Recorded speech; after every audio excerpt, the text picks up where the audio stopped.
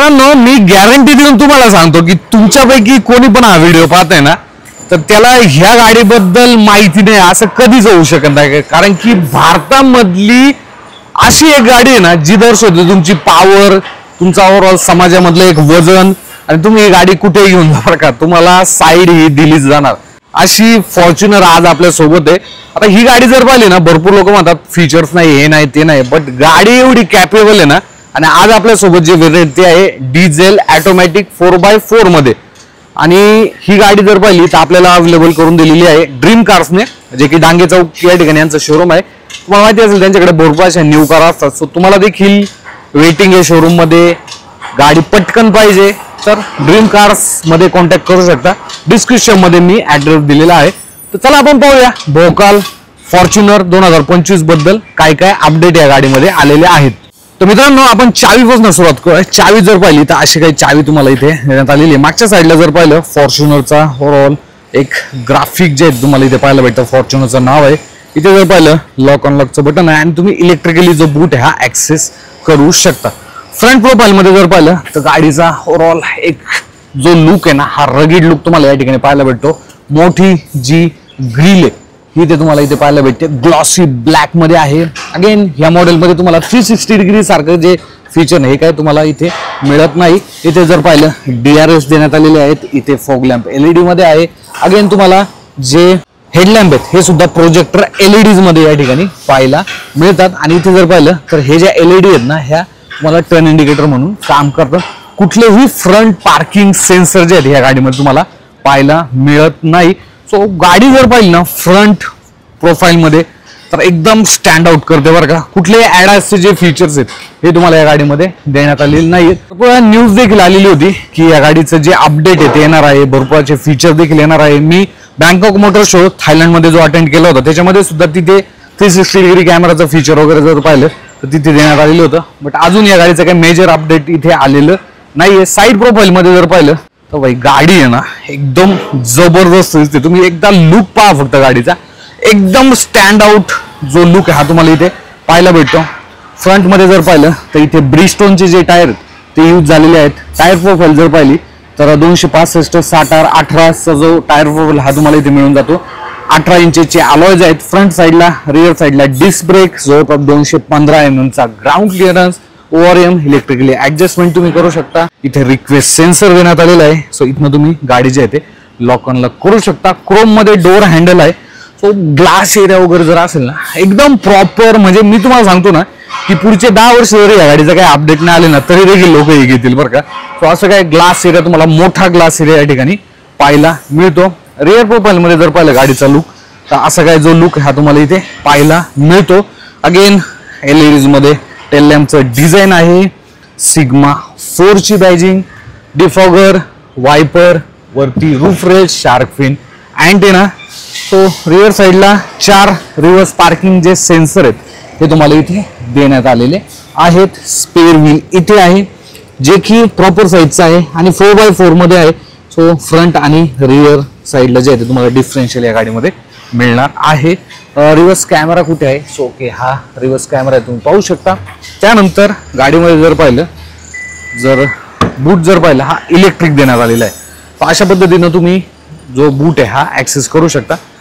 आणि इथे बटन देण्यात आले आहे. सो इथनं देखील तुम्ही बूट जो आहे तो क्लोज करू शकता. इथे जर पाहिलं जर हे बटन तुम्ही प्रेस करून ठेवलं तर बूट क्लोज देखील होतं. तर ही गाडी जर पाहिली 7 सीटर ऑप्शन मध्ये जे आहे अवेलेबल असणार आहे. बट ह्या गाडीचं हे जे सीट आहे ना इथे जर पाहिलं हे तुम्ही फक्त एकदा ओढलं ना तर अशा पद्धतीनं तुम्ही हे जे सीट आता फ्रंट साईडचं जे सीट आहे ना हे पुढे घेतो बरं का. अशा पद्धतीनं तुम्ही हे जे सीट आहे ना इथे आहे ना इथे एक हुक देण्यात आलेले आहे. सो अशा पद्धतीने तुम्ही हे जे सीट आहे ना हे वरती करू शकता. सो स्पेस वगैरे तुम्हाला चांगला भेटतो. बाय द वे मागच्या साईडला जर पाहिलं ठीक जो स्पेस आहे या गाडीमध्ये देण्यात आलेला आहे. आणि समजा तुम्ही पूर्णपणे 7 सीटर जर यूज करत असाल तर ठीकठाक साईजचं जे साहित्य आता समजा जर पाहिलं ही बॅग आहे. सो अशा पद्धतीने तुम्ही ही बॅग जे आहे ते ठेवू शकता. आणि इथे बटन देण्यात आलेले आहे. सो हे बटन जर आपण प्रेस केलं तर गाडी जे आहे ते तुम्ही जो टेल गेट आहे हा बंद होऊन जातो. सो बाहेरच्या साईडने जर पाहिलं तर गाडी जी आहे ती तुम्हाला असे काही फीचर्स ऑफर करते. एकदा आपण आहे ना इंजिन पाहून घेऊया, कारण की इंजिन खूप महत्वाचं आहे. आणि हे इंजिन आहे ना, म्हणजे टोयोटाचं इंजिन हे सर्वात रिलायबल आपण ज्याला म्हणतो तसंच हे इंजिन आहे. Okay, there is no hydraulic strut, आणि तसं पण या इंजिनला काही होत नाही. सो असं काही तुम्हाला जो इंजिनचा सेटअप आहे हा या ठिकाणी पाहायला मिळतो. वरती जर पाहिले इन्सुलेशन जे आहे ते देण्यात आलेले आहे. 2.8 लिटरचा 4 सिलेंडर डिझेल इंजिन, 204 PS आणि 500 न्यूटन जो टॉर्क ही गाडी जनरेट करते. असा काय जो इंजिनचा सेटअप आहे हा या गाडीमध्ये देण्यात आलेला आहे. मायलेजचा जर विषय आला, जे लोक ही फॉर्च्युनर घेतात मायलेजचा काहीच विषय नव्हतो, बट तुमच्या माहितीसाठी सांगतो की 14चे जे मायलेज ह्या गाडीमध्ये क्लेम करण्यात आलेला आहे. इथे जर पाहिलं तर चारही ज्या विंडो आहेत ऑटो अप आणि ऑटो डाऊनच्या फीचर सोबत येतात. इथनं गाडी तुम्ही लॉक अनलॉक करू शकता, विंडो लॉक ओव्हर एम तुम्ही फोल्ड अनफोल्ड करू शकता, इथनं लॉक अनलॉक.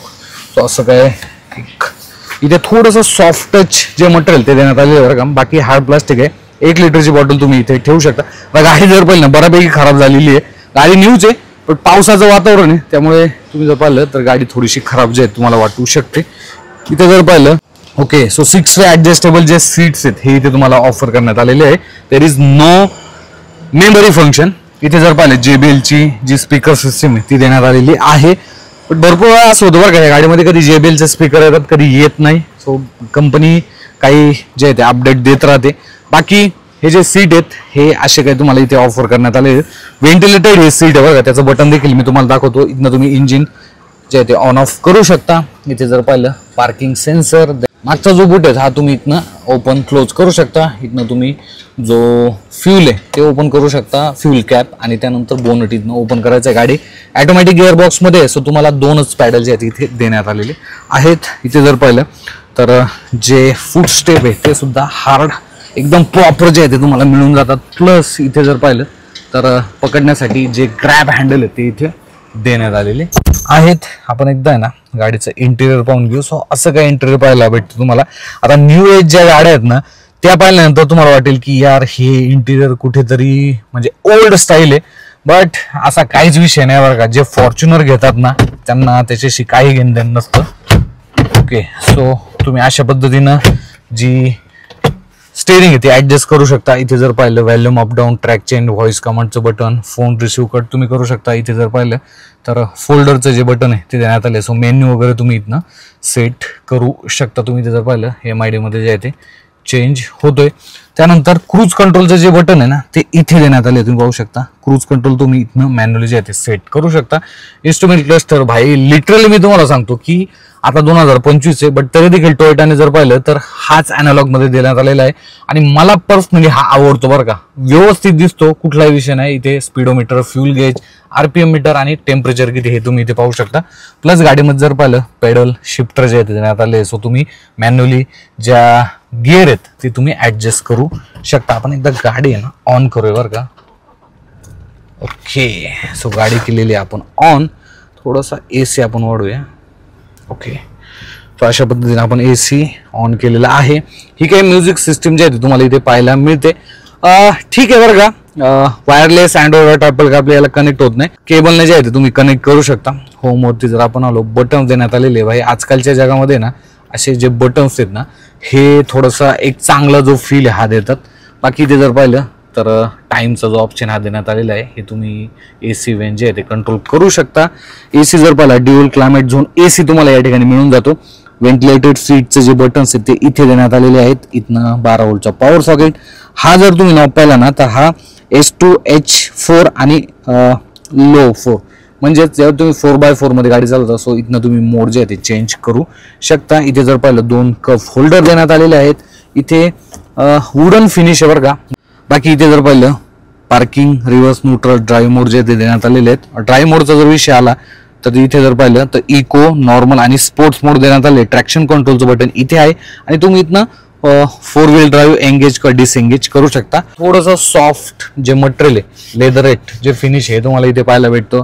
इथे कूल जो ग्लब बॉक्स आहे हा देण्यात आलेला आहे आणि हा ग्लब बॉक्स जर पाहिला हा देखील तुम्हाला ठीकठाक मोठा जो आहे तो मिळून जातो. सीट्स चांगली आहेत. तर इज नो सनरूफ. येस, या गाडीमध्ये तुम्हाला सनरूफ देण्यात आलेला नाहीये. बाकी LED मध्ये जर पाहिलं लॅम्प जे आहे ते तुम्हाला इथे मिळून जातात. बाकी क्वालिटी, सीटची क्वालिटी चांगली भेटते तुम्हाला.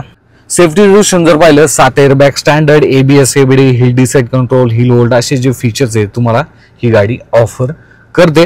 बाकी फ्रंट साईडने जर पाहिलं तर असं काय जो ओव्हरऑल व्ह्यू आहे हा तुम्हाला डॅशबोर्डचा पाहायला भेटतो. इथे जर पाहिलं तर आर्मरेस्ट आहे आणि हा फिक्स आहे, बट याच्या खाली सुद्धा तुम्हाला ठीक जी जागा आहे ती मिळून जाते. एकदा आपण सेकंड रो चेक करूया. सेकंड रो मध्ये जर पाहिलं तर इथे ॲटो अप आणि ॲटो डाऊनचं जे फीचर्स आहे विंडो मध्ये तुम्हाला देण्यात आलेलं आहे. बाकी अशी काय सीटची जी क्वालिटी ही तुम्हाला पाहायला भेटते. भरपूर फॉर्च्युनर ओनर आहे बरं का, त्यांनी अशी एक कंप्लेंट केलेली आहे की फॉर्च्युनरचे जे सेकंड रो ना एवढे काही कम्फर्टेबल त्यांना जाणवत नाही. तर तुमच्यापैकी कोणाकडे जर फॉर्च्युनर असेल तर कमेंटमध्ये सांगा. हा आहे आर्मरेस्ट, हे जर तुम्ही प्रेस केलं तर अशा पद्धतीनं 2 कप जे आहे ते कप होल्डर बाहेर येतात. सो इथनं तुम्ही जे कप आहेत ते इथे ठेवू शकता. इथे जर पाहिलं तर एक जो हुक लावण्याची जागा आहे, म्हणजे काही पिशवी वगैरे तुम्हाला अडकवायची असेल तर ती अडकू शकता. रूफमध्ये जर पाहिलं तर जे AC आहेत ते देण्यात आलेले आहेत. बाकी खालच्या साईडला जर आपण आलो तर इथे एक 12 व्होल्टचा पॉवर सॉकेट, कुठलाही AC वेन नाही आहे.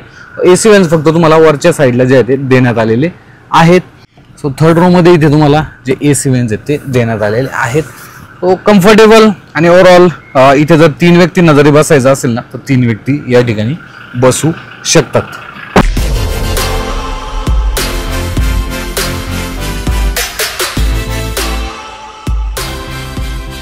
तर मित्रांनो, फॉर्च्युनर 4x4 ऑटोमॅटिक मध्ये तुम्ही हे जे सिग्मा S4 जे मॉडेल आहे ते पाहिलं.